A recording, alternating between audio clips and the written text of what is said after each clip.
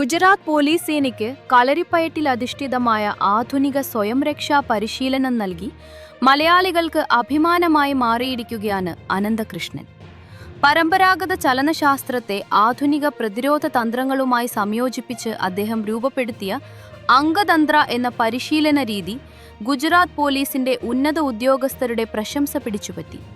Police ഉദ്യോഗസ്ഥർ ദൈനംദിന ഔദ്യോഗിക ജീവിതത്തിൽ നേരിടേണ്ടി വരുന്ന ശാരീരിക വെല്ലുവിളികളെയും അപ്രതീക്ഷിത ആക്രമണങ്ങളെയും പ്രതിരോധിക്കാൻ സഹായിക്കുന്ന രീതിയിലാണ് അനന്തകൃഷ്ണൻ പരിശീലനം ക്രമീകരിച്ചത്. യഥാർത്ഥ സാഹചര്യങ്ങളിൽ പ്രയോഗിക്കാവുന്ന പ്രതിരോധ സാങ്കേതിക വിദ്യകൾ, ശരീര നിയന്ത്രണം, മനോബലം എന്നിവയ്ക്ക് അദ്ദേഹം പ്രത്യേക പ്രാധാന്യം നൽകി. ഗുജറാത്ത് IG സന്ദീപ് സിംഗ് ഉൾപ്പെടെയുള്ള ഉന്നത ഉദ്യോഗസ്ഥരുടെ സാന്നിധ്യത്തിൽ അദ്ദേഹം നടത്തിയ പ്രായോഗിക പ്രകടനം ഏറെ ശ്രദ്ധിക്കപ്പെട്ടു. IG-ക്ക് പുറമെ SP, ASP, DYSP തുടങ്ങിയ ഉന്നത ഉദ്യോഗസ്ഥരും പരിശീലന പരിപാടിയിൽ പങ്കെടുത്തു. നിയമസംരക്ഷണ മേഖലയിലെ ആവശ്യങ്ങൾ കൃത്യമായി മനസ്സിലാക്കി രൂപപ്പെടുത്തിയ ഈ രീതിയെ IG സന്ദീപ് സിംഗ് പ്രത്യേകം അഭിനന്ദിച്ചു.